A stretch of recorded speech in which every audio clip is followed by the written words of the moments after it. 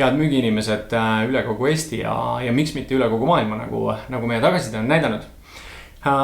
Lubasin, et tulen huvitavatesse kohtadesse ja täna ma olen nagu, ütlen ausalt, enda raamistikust täiesti välja astunud. Kui te küsite, kus ma olen, siis ma olen Soraineni advokaadibüroos ja ma tulin külla advokaadile. Tere, Karri! Tervist! Meeldib, aitäh, et sa mind vastu võtsid. Et küsite, miks advokaadile, siis ma mõtlesin just seda, et ma olen külastanud igasuguseid toredaid müügijuhte ja müügiinimisi, kõike, kes aktiivselt igapäevaselt müüvad. Ja siis ma mõtlesin, et kui natukene nüüd karbist välja mõelda, et millised on need valdkonnad, kus enesemüük või müük tunduks kõige ebatõenäolisem. Ja mis mul esimesena pähe tuli, ehk siis esimesena tuli mul pähe sellised väärikad advokaadid, et kas nemad peavad ka ennast müüma. Kuule, Karri, ütle nüüd ka meie toredatele vaatajatele, et advokaaditöö, minule nagu kangastab see advokaaditöö selline pigem Ameerika filmide. Uhked autod, suured arved, värvikas elu, mis see töö tegelikult paistab? No see on sul küll hea küsimus, et selles mõttes meie töö on väga sarnane Ameerika filmidele. Ehk siis need komponendid on seal ikka kõlanud. Et kui sa oma tööd hästi teed, siis sul on uhked autod ja viisakad riided ja korralik kodu ja lihtsalt sa satud sinna koju väga harva ja sa auto seisab kogu aeg garaažis, siis sa oled kogu aeg tööl. Et jah, et ta on sarnane selles mõttes, et muidugi mitte selline glamuur ja meil ma just mõtlengi nagu miljoneid, aga ikkagi elatakse täitsa viisakalt. Ütle sa oled, sul on staaži tänaseks. Mul on piinlik isegi nagu selle või piinlik või imelik mõelda, aga ma astusin advokatuuri augustikuus 2000 aastal. 2000 aastal jah, täna siis meil kohe lõpeb 2019, seega. Ma ise tunnen ennast nooremana.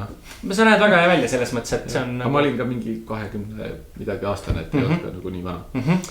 Ehk siis meie kuulajale vaatajale, et Karri ilmselgelt ei ole selles valdkonnas algaja. Ja sellepärast võib-olla ongi hea sinult neid asju küsida, sest sa oled näinud nagu läbi oma teekonna, kuidas sa oled jõudnud täna siia, kus sa oled jõudnud. Ikka aitan hea meelega. Just, ehk siis küsimus selline. Ütle mul taaskord, kuna mul ei ole vaja nagu selliseid teenuseid kasutada olnud. Minule tundub nagu see advokaadi elu selline, et sa oled siin uhkes südalinna kontoris, istud siin oma klaasboksis ja inimesed muudkui tulevad. Kas see päris elus ka nii on? No kui sa siin kontoris istud, siis ongi päriselt niimoodi. Ja mis ei tähenda seda, et see oleks okei, et kui me ikkagi julgustame kõiki inimesi, kes meil töötavad, minema välja ja kohtuma ka päris eluga. Sellepärast, et siin kabinetis võib jääda tõesti selline eksitav mulje, et sul on telefon kuidagi ise heliseb ja klient kuidagi ise tuleb. Aga see, et ta tuleb ja see, et see telefon heliseb, on läbi mõtestatud süsteemse järjepideva töö tulemus, mis ei ole ainult õppimine, vaid see on ka ikkagi ka iseenda valdkonna populariseerimine, teavitamine, selgitamine. Ütleb, Eestis on kaks sõna on halva mekiga, lobitöö tegemine ja müük. Lobitöö nimetus on valitsussuhted. Valitsussuhted, just ma tahtsin öelda. Parema maiguga. See on oluliselt parema maiguga ja müüki, ma ei tea, kas sõna müük, nagu kui sa vaatad oma ajast tagasi? Advokaatide kontekstis on väga lihtne, et igasugune turundus on olnud ajalooliselt sellise pigem nagu halva maiguga. Et see on selline ebaprofessionaalne, ütleme, et advokaat on tubli, tark, erudeeritud inimene, kelle klient leiab ise üles. Sest ta on lihtsalt nii hea. Ja võib-olla siis ka kliendi jaoks on nagu suur au selle advokaadiga kohtuda. Aga ma võin küll kinnitada, et see nüüd viimase 20 aasta jooksul on oluliselt muutunud. Ehk siis nüüd. Et nüüd ikkagi nagu mõistavad ka advokaadid tervikuna, et nende asi ei ole võib-olla üksinda kuskil kabinetis telefonikõnet oodata, vaid ka näha vaeva selleks, et inimesed teaksid, et see kompetents ja valdkond on üldse olemas. Ehk siis sa enda näitad, loomulikult sul väga tugev staaž ja inimesed kõik teavad sind, on ju. Kui sa mõtled ajast tagasi, siis milline advokaadi müük välja näeb, et mis? Me alustame kõik ikkagi sellena, et me tegelikult ei oska mitte midagi. Igas tuled ülikoolist välja, mõned oskavad rohkem, mõned vähe. Aga laias laastus lihtsalt väga suur osa meist hakkab lihtsalt tegema tööd. Aga minul juhtus siis nii, et kuna mul seda tööd oli piisavalt vähe, et siis ma kõigepealt õppisin ära prantsuse keele, siis need kursused said läbi ja siis ma hakkasin mõtlema, et mida ma võiksin teha, et ma õppisin Euroopa Liidu õigust, õppisin magistratuuris Rootsis, kõik asjad on ju, et mida ma võiksin teha, et see Euroopa Liidu õiguse tööga minu juurde üldse jõuaks. Sest siis see oli veel täitsa nagu lapse kingudes. Väga suurepärase juhendajaga, väga väikeses büroos on ju. Ja see töö lihtsalt ei leidnud mind nagu ülesse. Ja samal ajal siin samas kontoris Sorenenis, need inimesed said seda tööd teha, mida mina ei saanud. Aga kuna see töö oli mulle huvitav, ma mõtlesin, ma pean seda tähelepanu kuidagi nagu endale tõmbama. Ja siis üks, mis ma tegin, oligi see, et ma hakkasin näiteks lugema Euroopa Liidu õiguse loenguid ülikoolis. 2003 aastal. Siis ma kirjutasin paar lugu Äripäeva. Näiteks kaubamärgi, Euroopa Liidu õigust kaubamärgi valdkonnas. Ma mäletan ühe artikli, ma kirjutasin sõrmuste väärismetallide märgistamisest ja niimoodi. Ja hakkasin järk-järguliselt niimoodi olema ise aktiivsem. Esinesin mõnel konverentsil ja siis... Ka ise pakkusid ennast välja? Jah, põhimõtteliselt, kas pakkusid välja või said tuttavaks või kuidagi moodi, et see ei olnud selline Äripäeva koolitusi tegin.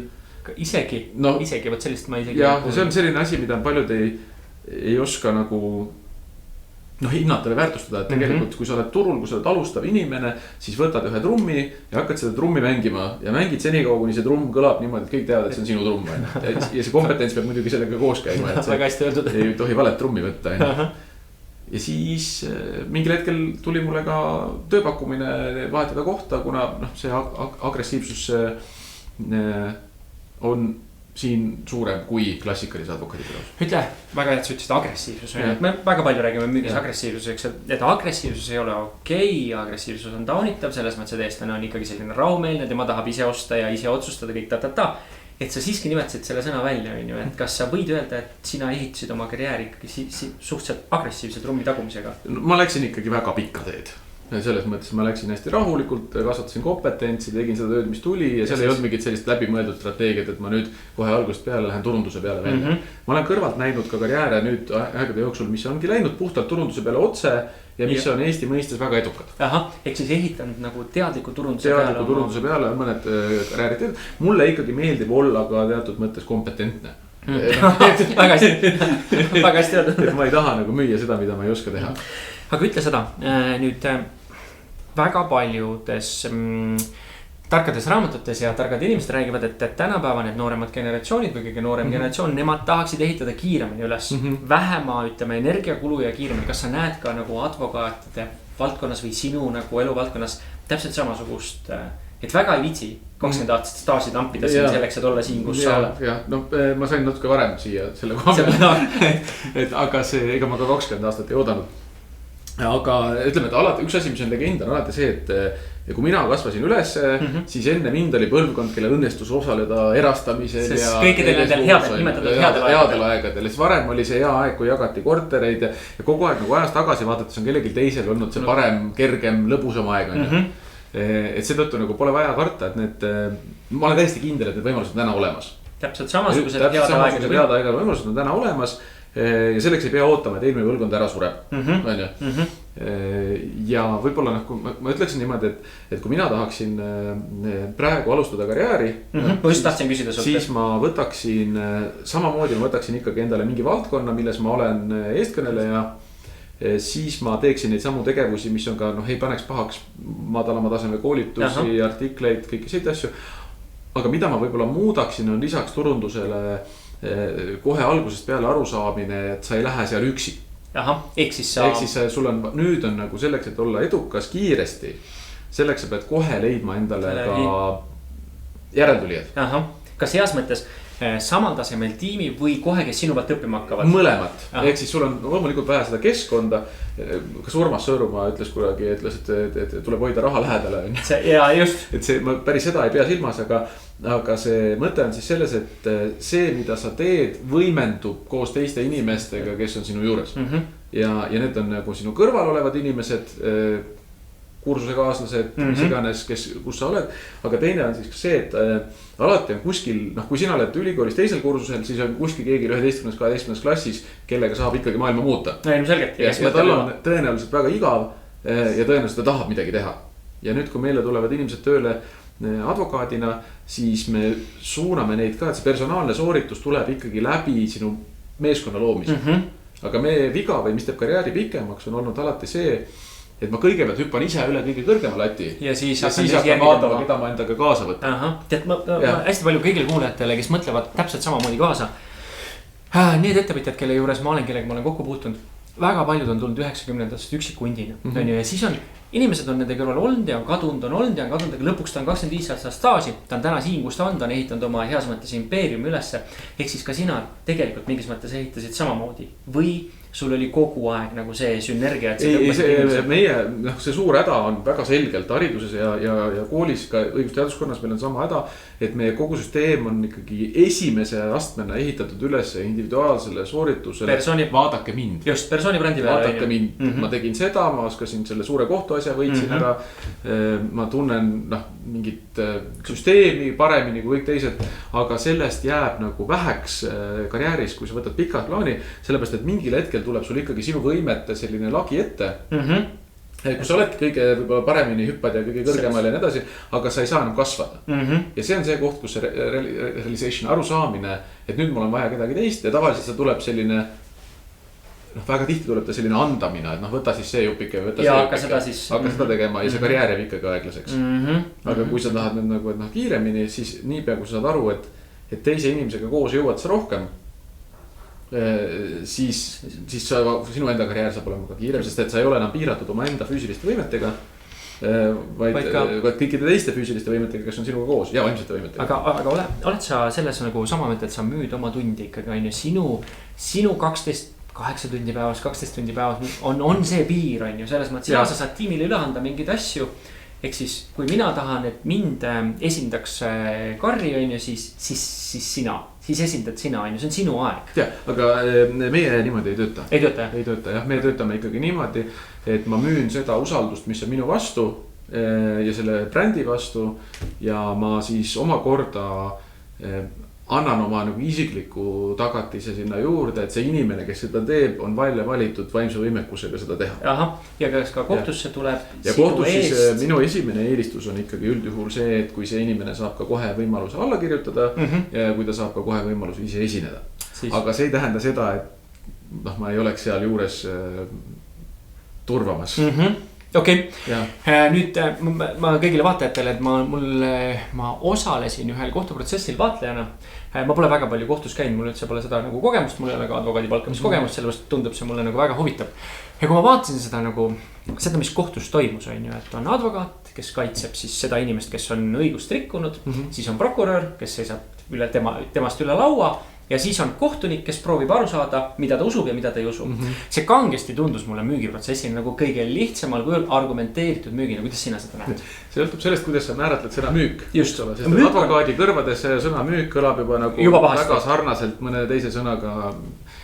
On üks teine väga vana amet, mida öeldakse, et on maailma vanim amet ja seda on ka tasustatakse tunni kaupa ja et see müügisõna iseenesest ärritab, aga põhimõtteliselt see protsess, kus sina võtad mingi olemasoleva olukorra ja tõlgid selle arusaadavasse keelde, selgitades, miks see olukord on õige või parem või vähem halb kui teine, siis jah, seal on nagu selles müügi elemendid juures. Prokurör on nagu konkurent, kes püüab oma vaatenurka väga selgelt ainuke asi on see, et ma ei taha, et kohtunik minu käest midagi ostab või ma tahan pigem nagu seda, et ta mõistab. Arusaadav, aga kui meie defineerime seda, et müügiprotsessis on nagu aidata kliendil jõuda otsuseni, kulutades selleks võimalikult vähe aega ja muid ressursse, siis ka see kohtunik peab ju jõudma otsuseni.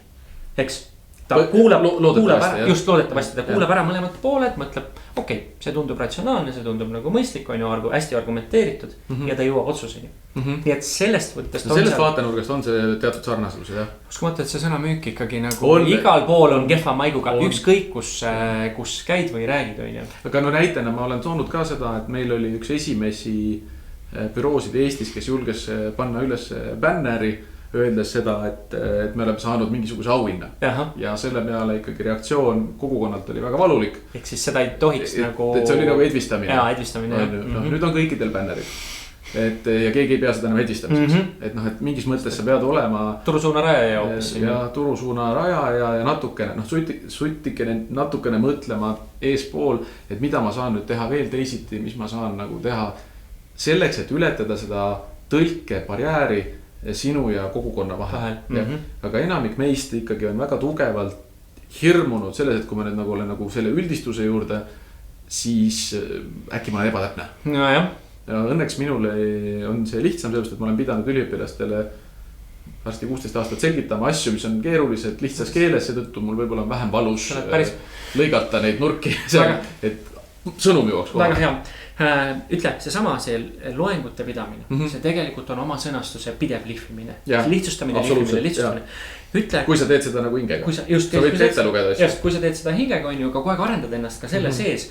Ütle, kas advokaadil enese müügioskus, müügi kui väljendamise oskus, kas see on nagu kuidagi kõigil või ikkagi osadel tuleb see oluliselt kehvemini välja? Ja osad nagu selgitavad ja müüvad nagu seda mõtet oluliselt selgemalt, et kõik saavad väga hästi aru. See on... Taaskord ma kasutasin müükisarma. See on okei, aga see on ajalooline taak. Ütleme, ma olen seda mitmel viisil öelnud, et üks asi, mis on, kui sa istud oma toas kuskil väikses kohas ja sa oled väga tark ja sa oled väga haritud, aga sa sellest kellelegi ei räägi, siis on see tagurpidi edevus. Et kui sa istud seal toas ja siis ootad, et sind tänu sinu säravale teadmiste pagasile kõik kliendid leiavad ise üles. Ja kui sa nüüd ühtegi sammu sealt toast välja ei tee, et minna ja öelda kliendile, et kuule, sul on selline asi, et selle kohta on olemas need ja need, ma ei tea, teed koolituse või artikli või midagi. Kui sa istudki seal toas, siis oled sa täpselt samamoodi edev, kuigi sa ise arvates oled hästi väärikas ja kuidagi austad tavasid. Kuidas sa teadsid, see oli? Ma olen selle kohta öelnud, see on nagu teine asi, aga see tagurpidi edevus on see. Ja teine on siis seesama, et kui sa takistad klientidele endani jõudmist.